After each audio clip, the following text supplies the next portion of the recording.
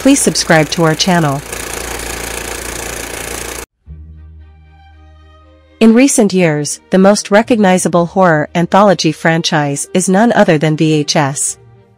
And just in time for Halloween, Shudder has a new one coming, titled VHS 85.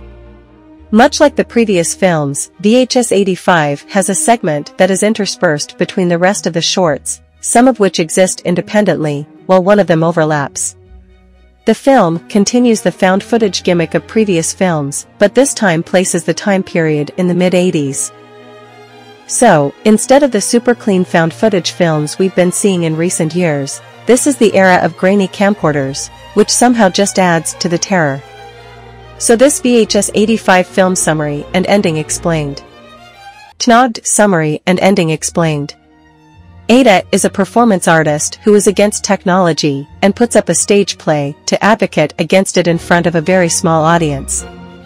To be specific, she's against virtual reality or VR, as she shows someone who is credited as the inventor boasting about the infinite possibilities around the experience of living in a simulation.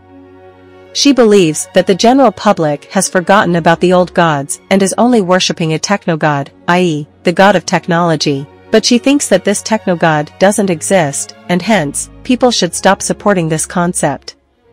Then things take a weird turn as Ada puts on a VR set to enter a virtual reality and mock this fabled techno-god.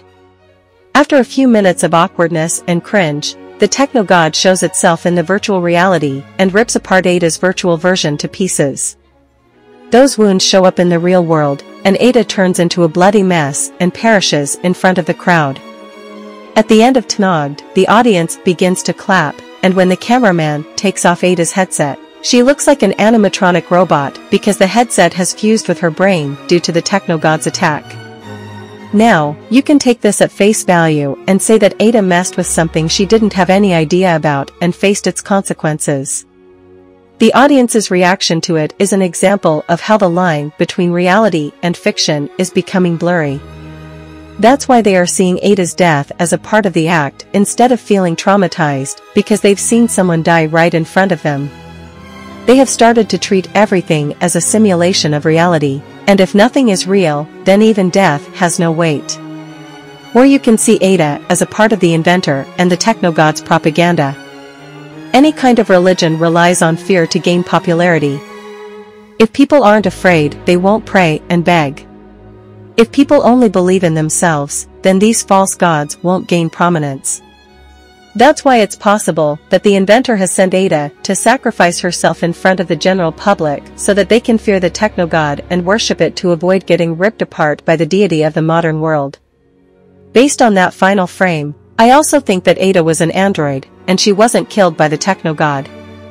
The snapping of her limbs and the moment where she levitated were actually choreographed remotely so that it had seemed that she was being butchered by the entity in virtual reality. That said, we can hope that this'll have the opposite effect on the general populace, and they'll shun all kinds of technology and avoid living in fear for the rest of their lives.